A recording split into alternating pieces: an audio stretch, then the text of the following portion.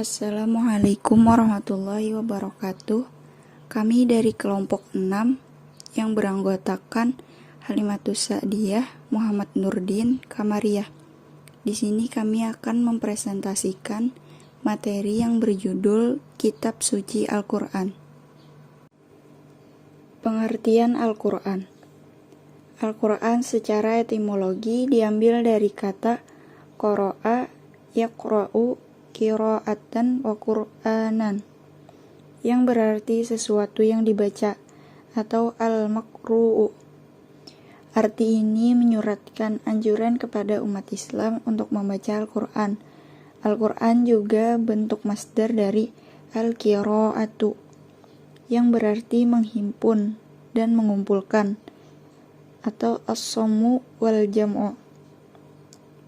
Sedangkan secara terminologis, Al-Quran adalah firman Allah Subhanahu wa Ta'ala yang disampaikan oleh malaikat Jibril dengan redaksi langsung dari Allah Subhanahu wa Ta'ala kepada Nabi Muhammad SAW, dan yang diterima oleh umat Islam dari generasi ke generasi tanpa ada perubahan. Sejarah turunnya Al-Quran. Periode pertama, pada permulaan turunnya wahyu yang pertama, yaitu Al-Alaq ayat 1-5, Nabi Muhammad SAW belum diangkat menjadi rasul dan hanya berperan sebagai nabi yang tidak ditugaskan untuk menyampaikan wahyu yang diterimanya. Sampai pada turunnya wahyu yang kedua, barulah Nabi Muhammad diperintahkan untuk menyampaikan wahyu yang diterimanya. Dengan adanya firman Allah, yang artinya, "Wahai orang yang berselimut, bangkit dan berilah peringatan." Quran Surah Al-Mudatsir ayat 1-2. Periode kedua, sejarah turunnya Al-Quran. Pada periode kedua, terjadi selama 8-9 tahun. Pada masa ini terjadi pertikaian dahsyat antara kelompok Islam dan Jahiliyah. Kelompok oposisi terhadap Islam menggunakan segala cara untuk menghalangi kemajuan dakwah Islam. Pada masa itu, ayat-ayat Al-Quran di satu pihak silih berganti turun menerangkan kewajiban-kewajiban prinsipil penganutnya sesuai dengan kondisi dakwah ketika itu. Atau Quran Surah An-Nahl ayat 125. Periode ketiga, pada periode ini dakwah Al-Quran telah mencapai atau mewujudkan suatu prestasi besar karena penganut-penganutnya telah dapat hidup bebas melaksanakan ajaran-ajaran agama diastrib, atau yang kemudian diberi nama Al-Madinah Al-Munawwarah. Periode ini berlangsung selama 10 tahun. Ini merupakan periode yang terakhir saat Islam disempurnakan oleh Allah Subhanahu wa Ta'ala dengan turunnya ayat yang terakhir, Al-Maidah ayat 3. Baik, kita selanjutnya akan masuk ke pembahasan yang ketiga, yaitu C. Mukjizat Al-Quran. Kata mukjizat diambil dari bahasa Arab, yaitu al-jaza dan yu'jizu i'jaz, yang berarti melemahkan atau menjadikan tidak mampu. Pelakunya melemahkan dinamai mukjizi, dan pihak yang mampu melemahkan pihak lain sehingga mampu membungkam lawan, maka ia dinamakan mukjizat. Macam-macam mukjizat secara umum. Mukjizat dapat digolongkan menjadi dua klasifikasi, yaitu yang pertama adalah mukjizat indrawi atau hissiyah. Mukjizat jenis ini didefinisikan pada kekuatan yang muncul dari segi fisik yang mengisyaratkan adanya kesaktian seorang nabi.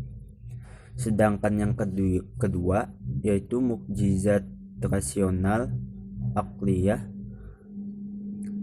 Mukjizat ini tentunya sesuai dengan namanya lebih banyak ditopang oleh kemampuan intelektual yang rasional. Yang selanjutnya yaitu perbedaan mukjizat Al-Quran dengan nabi-nabi sebelumnya.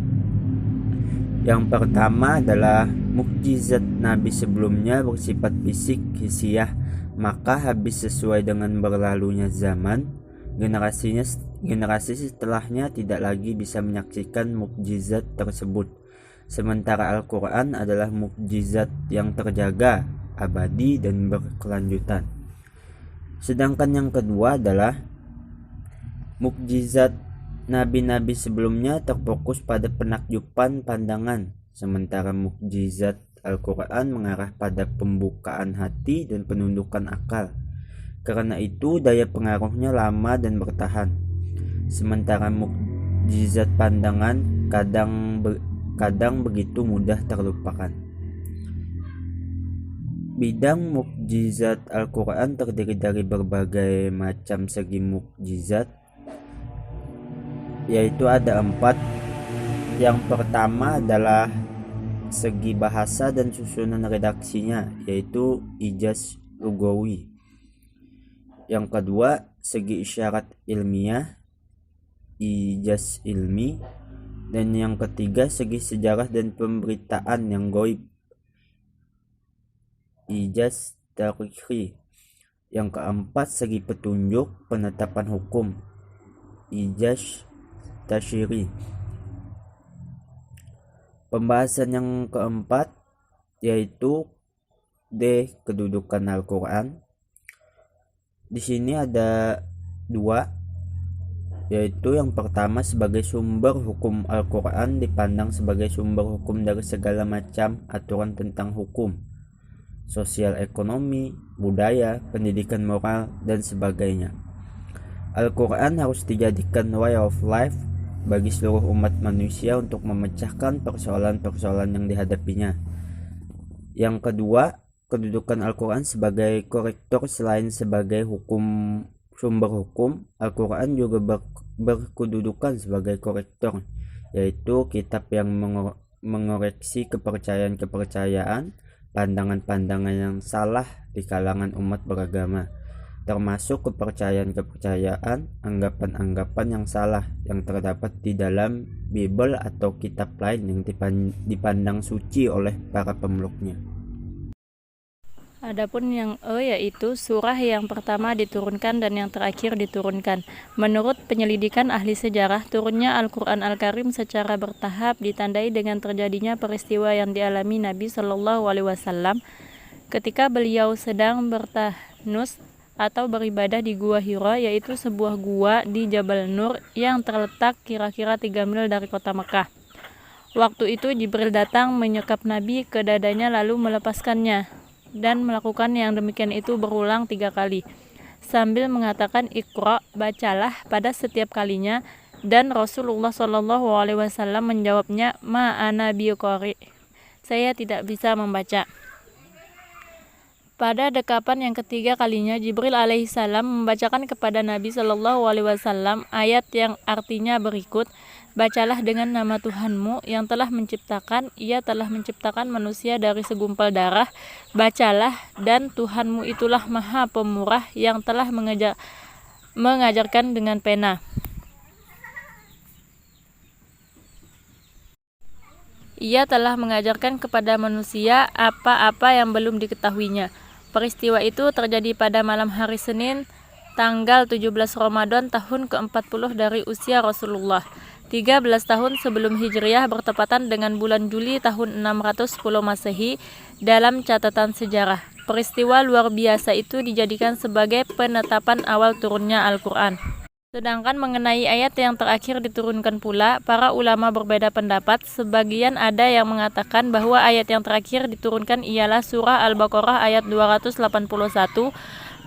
yang artinya peliharalah dirimu dari azab yang terjadi pada hari yang pada waktu itu kami semua dikembalikan kepada Allah.